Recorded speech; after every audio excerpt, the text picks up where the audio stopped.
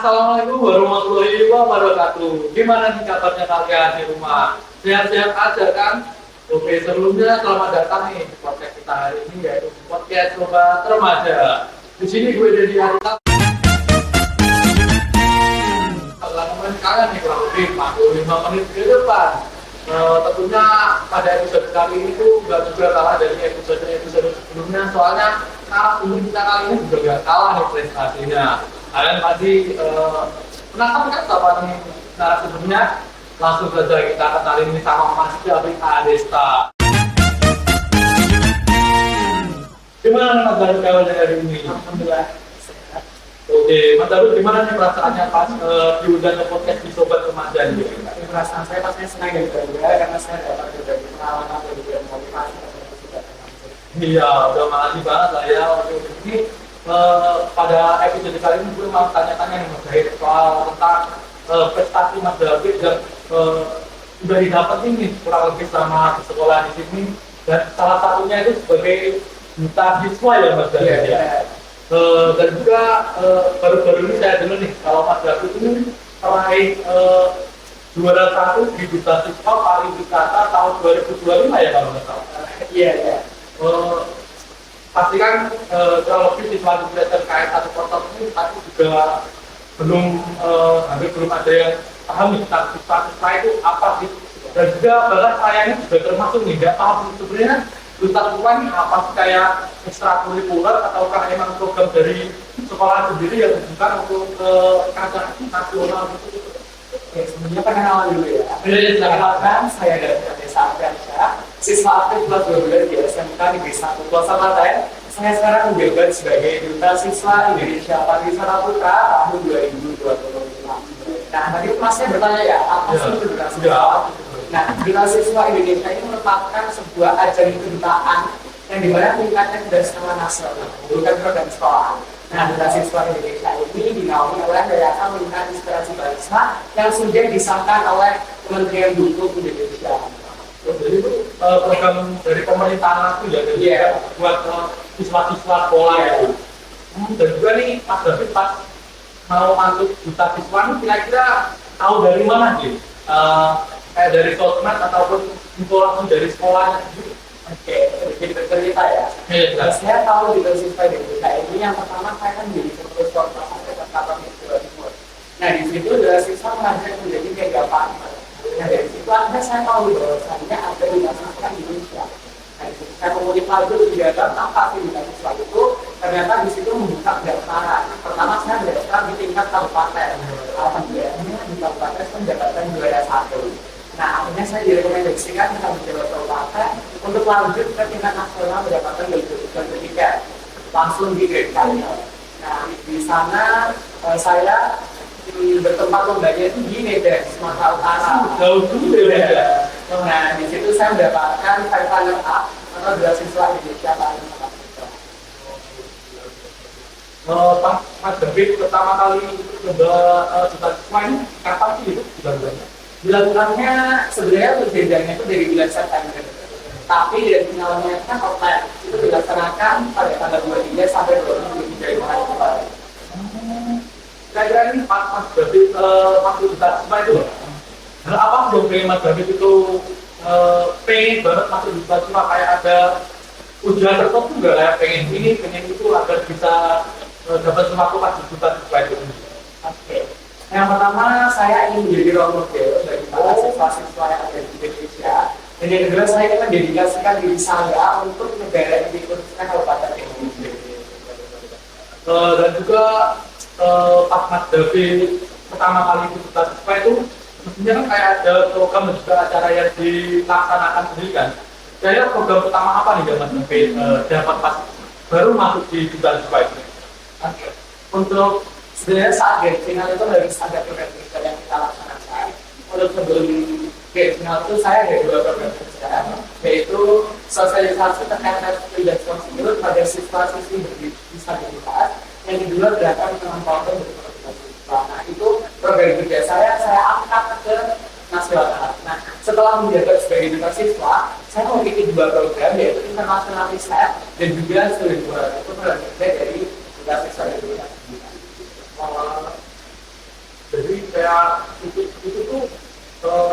bisa dapat relasi juga ya pastinya. gitu ya. Dan juga pernah nggak pas Mas David itu tuh pernah kejadian yang bikin Mas David panik nggak bisa dijual itu? Oke, kejadiannya itu banyak sekali. Banyak lain contohnya. Saat itu program kerja saya kan saat itu kan saya sudah PKL ya. Iya ya. Tapi saya sibuk dengan PKL. Susah untuk membagi waktu saya untuk melaksanakan program kerja. Akhirnya saya melaksanakan program kerja itu lebih 1 minggu sebelum keberangkatan kerja. Nah, terus itu kan orang membuat PowerPoint untuk dipresentasikan saat karantina. Nah itu tuh saya membuatnya tuh sambil di dalam kereta. Jadi benar-benar dadak banget gitu. Terus untuk kendala yang selanjutnya yaitu pada saat saya berangkat itu ternyata kereta saya itu delay karena ada banjir di Semarang. Sedangkan saya itu dikejar waktu untuk pesawat gitu. Nah saya bingung di situ panik. Akhirnya saya jam 2 malam itu telepon foundernya di siswa. Saya bingung gimana karena kereta saya delay, saya takut ketinggalan pesawat. Itu merupakan kendala yang saya hadapi. Berat juga ya bang, kalau ngirim gitu soalnya harus berpergian jauh banget, itu jauh dari keluarga, jauh dari teman juga. Pas perasaan Mas David bisa itu kan udah seneng banget atau gimana ada perasaan Mas David? Tentang saya pastinya saya tidak menyangka saya bisa berangkat ke Medan. Biayanya kan nggak cukup sedikit ya, biayanya benar-benar mahal banget. Jadi benar-benar tidak menyangka, pastinya saya sangat senang dan bangga bisa membawa nama kabupaten sendiri dan juga provinsi Jawa Timur ke kancah nasional. Itu kira-kira pembiayaan itu memang dari diri sendiri, dari sekolah atau dari pemerintahan? Alhamdulillahnya saya mendapatkan sponsor-sponsor. Iya. Berarti kayak dari brand-brand itu masuk ke Mas David sendiri? Iya, benar. Mas David sendiri juga pas itu dibuat itu pernah ada kejadian yang bikin Mas David itu nervous ya? Pastinya ada. Bukan karena disuruh jago ngomong juga. Iya. Ini pernah ya ini kira-kira Mas David? Pastinya pernah, apalagi saat karantina, saat presentasi proyek itu saya benar-benar tidak expect saya bisa masuk ke jajaran top 6 mahasiswa. Karena apa? Karena saat saya presentasi proyek itu tidak sampai selesai. Saya hanya sampai latar belakang. Jadi tujuan, isi, evaluasi, dan syarat itu belum saya presentasikan. Karena waktunya juga banyak. Nah, itu merupakan salah satu kendala yang membuat saya benar-benar nangis pada saat itu. Itu dibuat itu emang bikin mental kita berreaksi juga. Mas David sendiri ikut siswa kan pasti sudah sebenarnya berat juga gitu kan. Jadi yang membagi waktunya itu gimana ya? Mas David kan juga punya waktu dibagi buat main sama teman juga, satu keluarga, terus harus nempuh PL juga ya. Iya. Bagi waktu gimana? Soalnya kan baru suruh dia jauh juga, malah sampai ke Medan. Dalam itu waktu PKL-nya masih belum selesai ya? Belum. Itu bagi waktunya gimana? Nah, saya bagi waktunya kan saya PKL sampai dari Sabtu. Nah, dari minggunya tuh saya fokus ke belajar saya sendiri. Nah, jadi saya ngalir aja gitu. Ngalir jadi ya dari tempat PKL nggak di tempat lain memang? Alhamdulillah tidak, karena tidak di waktu PKL. Oh, dari juga jadi jurusan perikanan ya? Iya, PKL. Wah, aku bisa itu kira-kira hadiahnya itu apa dari negara berkata? Yang berbenefit yang top 6 itu yang pertama adalah sertifikat, piala, medali, dan juga scholarship dan workshop di Malaysia. Oh, jadi bisa lanjutin universitas ke luar negeri ya? Scholarship di Malaysia. Kuala Lumpur ini, Mas David kira-kira mau menempuh ke sana kayaknya?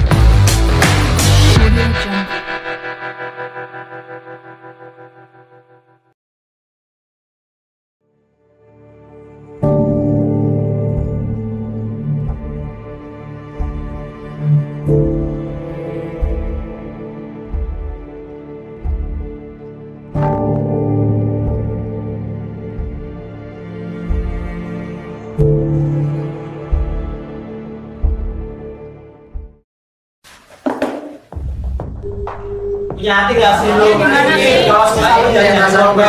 Kamu keluar rumah gara-gara komenanmu. Gara-gara kamu dia sampai tertekan. Lihat, mereka seperti ini karena perbuatan kamu. Kamu sadar nggak?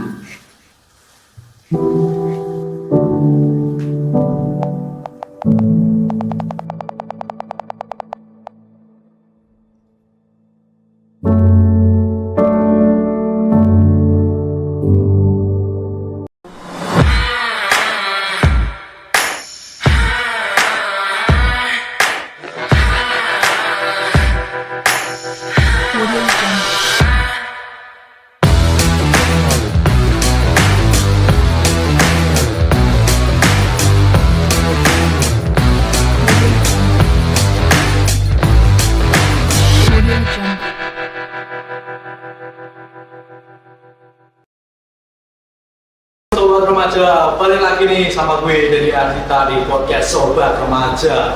Oke, di segmen berikutnya ini, yaitu di segmen kedua nih, gue mau tanya-tanya lebih dalam lagi nih soal first experience-nya Mas David setelah ikut lomba debat siswa dan juga pengalaman apa aja yang udah Mas David dapetin nih di sana. Sebenarnya ya kayak tantangan apa aja, manfaat apa aja, dan ya kurang lebih seputar lingkup kehidupan Mas David saat ikut lomba-lomba di Medan nih, Mas, ikut lomba debat siswa nih. Oke, lanjut aja, kita lanjut nih bincang-bincangnya sama Mas David nih. Oke Mas David, Mas David pertama kali datang di sana nyentuh tanahnya di sana itu kesan apa yang Mas David dapetin di sana? Kesan-kesan pertamanya nih, gimana kira-kira? Kesan saya pertama Ya, kaget ya. Di sana tuh dingin. Soalnya di sana lagi hujan dan saat saya pesawat itu di sana lagi hujan, jadi di sana dingin dan juga saat setelah hujan itu tiba-tiba panas. Jadi kayak emang setiap kita keluar kota kemana-mana itu tetap kedinginan. Nah, iya sih. Banyak iklimnya juga nggak nentu di sana. Iya. Kita kebiasaan panas-panas gitu juga. Awalnya tiba-tiba harus banget nginep di tempat di cuacanya itu dingin banget. Iya. Kira-kira Mas David pas ikut lomba-lomba gitu berapa lama sih di sana? Hampir 1 bulan atau Untuk yang karantina offline, Oh iya, ya pas sekarang. itu saya di sana kurang lebih 10 hari. 2 hari. Ya, karena di sana ada untuk karantina kan itu ada kurang lebih 5 karantina, grand final sama 1+1 kerja. Kira pas Mas David lagi ikut karantina itu hal apa aja nih yang dilakuin pas karantina itu? Oke, untuk yang kabupaten atau nasional? Yang kabupaten dulu nih, baru lanjut yang nasional. Oke. Yang di kabupaten tingkat kabupaten sendiri kan full online ya, karena tahun kemarin itu baru tahun pertama diadakan. Nah, jadi untuk yang pertama, karantina pertama itu dilaksanakan seluruh Indonesia, di seluruh Indonesia yang diisi oleh founder Yayasan Kita Express Bangsa dengan materi leadership. Terus karantina yang kedua itu dilaksanakan sesuai dengan provinsinya masing-masing. Nah, itu diisi oleh Ibu Rosa, di mana Ibu Rosa itu merupakan mantan atlet yang meraih rekor muri dan sejujurnya sampai sekarang itu Ibu Ani. Nah, itu untuk materi personal branding dan public speaking. Nah, untuk kabupaten sendiri itu juga ada tugas-tugas yang lain, mulai dari video profil, yang jelas video profil itu harus ada visi misi, prestasi, dan juga organisasi yang pernah dilalui, dan juga ada video bakal. Nah, untuk yang tingkat nasional sendiri itu ada 2 karantina, yang pertama karantina online dan juga karantina offline. Nah, untuk karantina online sendiri ini isinya hanya seputar terkait bagaimana cara kita menarik para sponsor agar kita dapat sponsor. Terus yang kedua karantina offline itu dilaksanakan di Medan. Karantina pertama itu ada leader yang dihadiri oleh wali kota Medan. Terus karantina kedua itu ada tour city tour yang dimana kita hadir di PPRD Sumatera Utara dan juga Museum Sumatera Utara. Terus karantina ketiga itu adalah presentasi project, terus lanjut grand final, dan juga kita pengesahan program kerja. Nah, untuk Siditor sendiri itu kita banyak sekali ilmu, tak apalagi terkait hal-hal politik, karena kan itu langsung oleh ketua DPRD Sumatera Utara Komisi C. Nah, terus saat setelah Siditor itu agak outdoor, yang dimana itu benar-benar merilaskan kita agar besok saat kita presentasi project itu tidak tegang. Karena kan apalagi kita itu benar-benar hari dimana penentuan setelah kita berbulan-bulan mempersiapkan penentuan dimana kita bisa masuk top 48, top 21 atau top 6 itu di hari itu juga.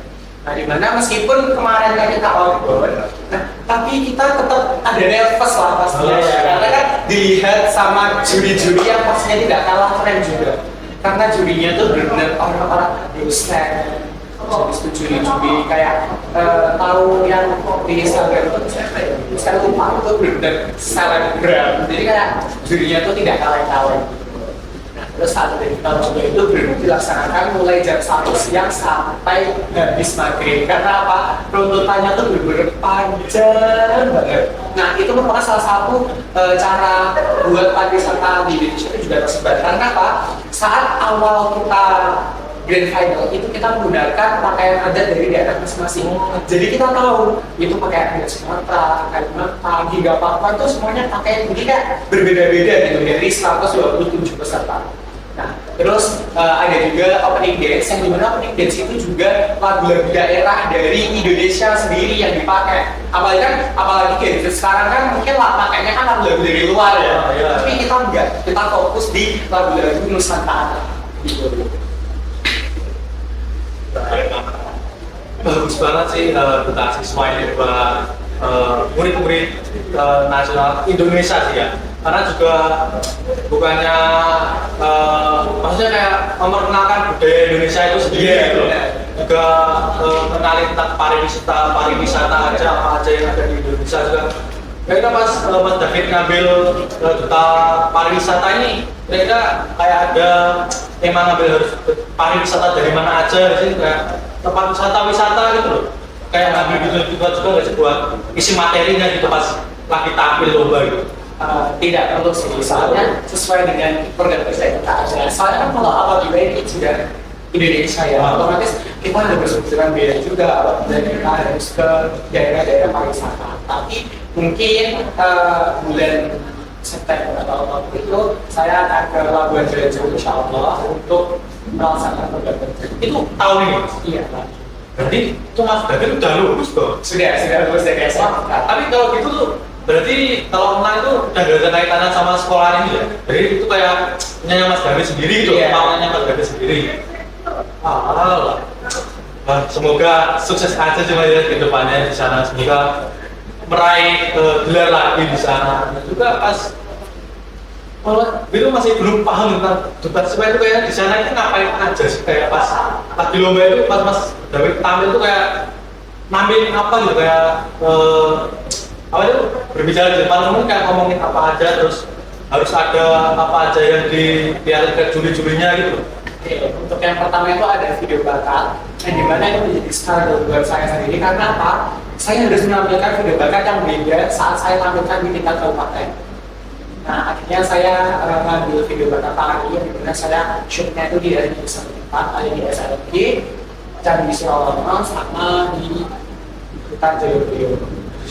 Itu terus yang kedua itu ada video program kerja. Nah, saya melaksanakan video kerja saya itu di sekolah luar biasa dari Kosa Pantai yang dimana itu habis seminggu. Terus habis itu saat di sana itu public speaking yang saya ada itu saat karantina dari saat presentasi project, dimana itu benar-benar ruangannya itu seperti kayak dikelilingi sama hawa-hawa gak enak gitu loh. Soalnya kan kita harus public speaking juga. Public speaking yang kita andalkan tuh nggak boleh kayak harus lancar gitu, lancar. Terus yang selanjutnya itu ada saat grand final. Nah, untuk yang top 6 sendiri itu saat grand final itu harus public speaking juga di depan para DPRD saat itu dari DPRD semua itu juga hadir. Nah, dimana benar-benar nervous banget, apalagi di situ banyak sekali penonton dari berbagai orang tua yang ada di seluruh provinsi seluruh Indonesia. Ini public speaking-nya udah terasa banget dari lewat ikut lomba duta siswa itu sendiri. Mas David kira-kira gue ngasih saran dari ke murid-murid di sini biar bisa public speaking-nya itu lancar banget, nggak pernah nervous di tengah-tengah jalan, biar nggak ada salah-salahnya gitu loh. Pas lagi ngomong itu nggak belibet juga. Contohnya nggak saya ini kayak ngomong tuh di dalam otak tuh kayak bisa lancar oke, tapi pas diomongin tuh kadang kata-katanya suka melenceng sendiri gitu. Dan saya bingung banget ini saya harus apa pas di tengah-tengah pembicaraan itu kayak pernah jaya itu saya juga ngomong di depan pas lagi ada tugas itu loh. Jadi saya tuh ngomong di situ tuh kayak merinding banget gitu ya. Bingung harus ngomong apa, padahal di otak saya tuh udah terpikir jelas tuh di sini saya harus ngomong ini. Tapi pas saya ngomong ini melenceng semua. Jadi saya mau minta saran nih ke Mas Daud. Kira-kira gimana biar kita itu bisa public speaking-nya bisa bagus banget? Kira-kira gimana biar bisa lancar? Ini tips dari saya, mungkin di luar sana banyak sekali tips gitu ya kayak lain. Yang pertama tuh kita harus menguasai materi yang akan kita bicarakan. Karena kalau kita tidak menguasai kan otomatis di otak kita tuh blank. Oh ya. Terus yang kedua, setelah kita menguasai materi itu diambil poin-poinnya aja. Jangan ketimpuk sama naskah yang kita buat. Apabila kita ketimpuk dengan naskah, itu tuh kayak apabila kita lupa, itu kita bakal blank sampai belakangan. Terus yang kedua kita harus menguasai lahan dan audio. Terus yang ketiga kita harus sering-sering berlatih. Jujur saya sendiri tuh kayaknya saat di jalan saat berkendara itu tiba-tiba saya bicara sendiri. Meskipun mungkin dianggap orang aneh itu benar-benar bisa melatih public speaking kita gitu. Terus dipancangin gitu. Habis itu kita harus berani dan percaya diri bahwasanya kita bisa. Terus saat mau kita bicara kata-kata pertama, tarik nafas yang panjang, itu membuat kita relax. Yes, halo saran-saran dari Mas Daud ini bermanfaat banget bagi gue dan juga teman-teman yang nonton lah kira-kira. Dan juga public speaking ini kalau nggak salah tadi sempat Mas Daud sebutin juga soalnya di duta siswa lomba ini public speaking salah satu faktor yang dinilai cukup tinggi ya. Karena selain itu kan jadi public speaking ini kayak jadi tantangan tersendiri gitu loh. Nah kira-kira ada nggak nih tantangan lain yang Mas David hadapi pas baik sebelum duta siswa kabupaten maupun duta siswa nasional, jadi tantangan apa aja gitu Mas David kira itu kayak sulit banget gitu. Oke, untuk yang di tingkat kabupaten sendiri itu tantangannya tidak terlalu berat karena kan masih tingkat kabupaten ya. Nah itu mungkin tantangannya yang saat kita membuat video bisa terangkat. Terus saat di tingkat nasional itu banyak sekali tantangannya. Kita harus speaking, terus kita harus manner yang kita bawa terus itu harus benar-benar dijaga. Duduk itu harus duduk tegak, tidak boleh yang saat masih saja. Habis itu mulai dari kayak rambut itu juga dinilai. Apabila berantakan sedikit itu pasti ada nilai minus. Dari situ cara berpakaian kita, awalnya mungkin teman-teman hal-hal kecil seperti itu tuh kayak diabaikan gitu. Padahal itu merupakan nilai penting, apalagi saat kita beranjak di kedutaan itu merupakan salah satu faktor penting yang dinilai. Kayak biasanya tuh apabila kita saat menggunakan pakaian santai kaos gitu, teman-teman tuh kayak nggak dimasukkan kan. Padahal biasanya itu di duta-duta tuh harus dimasukkan. Itu merupakan salah satu penilaian juga.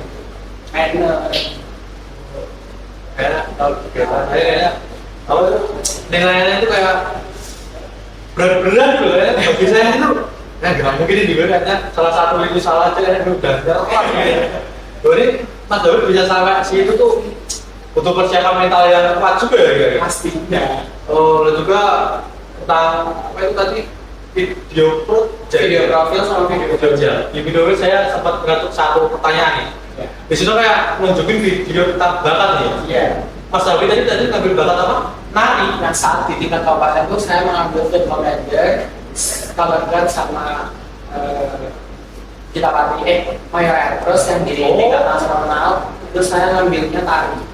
Oh iya, saya tahu tadi soalnya yang nari doang nih.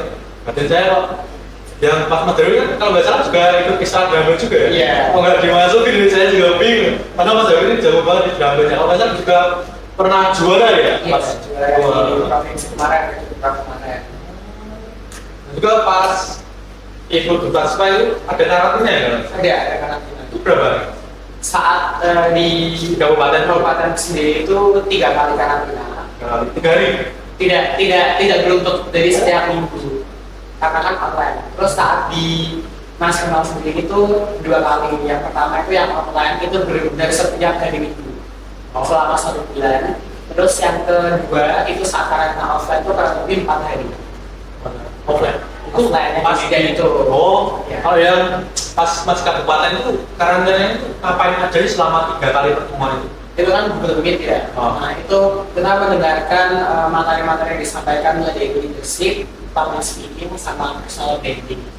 Apalagi kan seorang duta kan personal brandingnya kan juga harus bagus ya. Ya. Tidak asal-asalan dari penguploadan di media sosial itu juga harus berbobot gitu. Kira-kira pas ikut gituan medsos atau medsos itu kayak di nilai juga nggak ya dilihatin kayak di story medsos gitu loh itu juga kan loh. Iya kan, soalnya kan medsos sudah salah satu penilaian juga. Kalau yang di sekolah nasional itu selama 10 hari Untuk karantina 7 hari, 7 hari. karena sahabat kan beda dengan syuting itu jelas. kalau yang 7 hari itu kira-kira itu offline semua ya? Ya offline. Itu kapan yang jalan? Karena dari hari pertama sampai hari ke-7 kan penasaran banget itu kan nggak itu kayak butuh persiapan banget sebelum tampil kan ya? Iya. 7 hari itu harus dipersiapin apa aja ya dari sana ya selama 7 hari kan?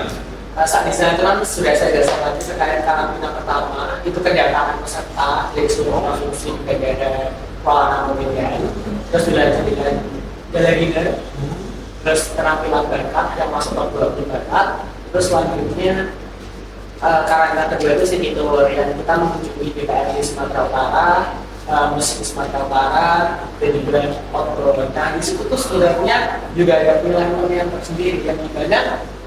Ibaratnya dinding itu juga bisa dinilai. Oh, Jadi kayak banyak sekali juri-juri gayanya gitu loh. Jadi makanya itu kita harus menjaga paper kita. Terus sekarang mereka tiga itu presentasi project. Terus keempatnya dari email, yang kelima itu pesan proposal itu dari yang diambilkan ada 4. Yang paling ada 4. Yang pertama adalah penerbitan buku, terus expo, terus program kerja, ya program kerja. Nanti itu bisa aja saya akan sosialisasi ke Oh. di sekolah-sekolah. Iya. Terus yang ketiga ada international riset, itu lomba di tingkat internasional. Kita masih milih antara Korea, terus Thailand, terus Taiwan, Jepang. Itu masih kita rendingkan karena kan biayanya juga tidak sedikit. Terus yang keempat ada Stagubla. Stagubla itu kurang lebih kayak Olimpiade tapi tingkatnya sudah nasional. Yang luar negeri tadi apa mas? International riset itu Berarti ada punya sendiri yang sana itu. itu kan kita ada 127. Itu kita kayak merupakan riset gitu kan. Penelitian kan belum ada di Indonesia. Bahkan yang berdampak dari seluruh negeri. Jadi kayak kita riset gitu. Saya penelitian yang dibawa nanti saat lomba itu. Selama David ikut duta siswa yang dari juara manfaat apa aja yang paling mas David itu bagaikan gitu. Yang pertama adalah jujur personal branding saya jadi ya. relasi saya jadi banyak sekali. Terus saya juga dipandang oleh dinas-dinas, contohnya dinas pendidikan provinsi.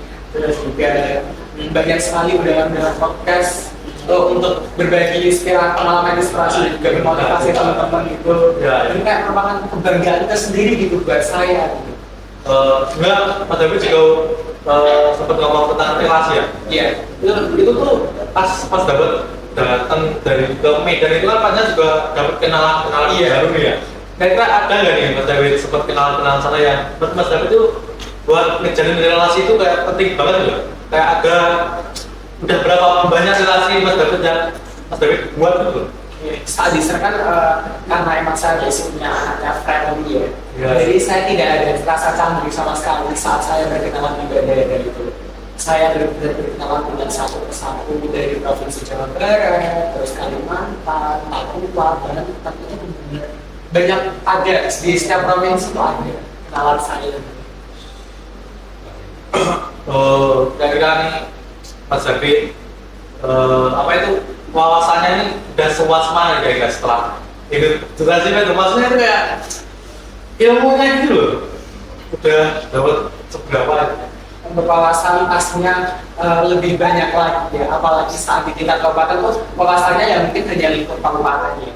Terus saat di tingkat nasional tuh wawasannya benar-benar banyak sekali karena kita berbagi pengalaman juga dengan teman-teman yang ada di berbagai provinsi di Indonesia. oke teman-teman jadi ya itulah pengalaman Mas David dan udah diceritain buat teman-teman semua di rumah dan juga kalian para siswa-siswi SMK 1 Konsultan patut banget nih tiruin apa yang Mas David lakuin biar bisa ngebagain sekolah sendiri dan juga masa depan dari orang tua kalian juga. Oke, cukup hari kali ini aja segmen kita pada episode kali ini. Jangan lupa tonton lagi di episode berikutnya. Sampai jumpa dan tetap di Sobat Remaja.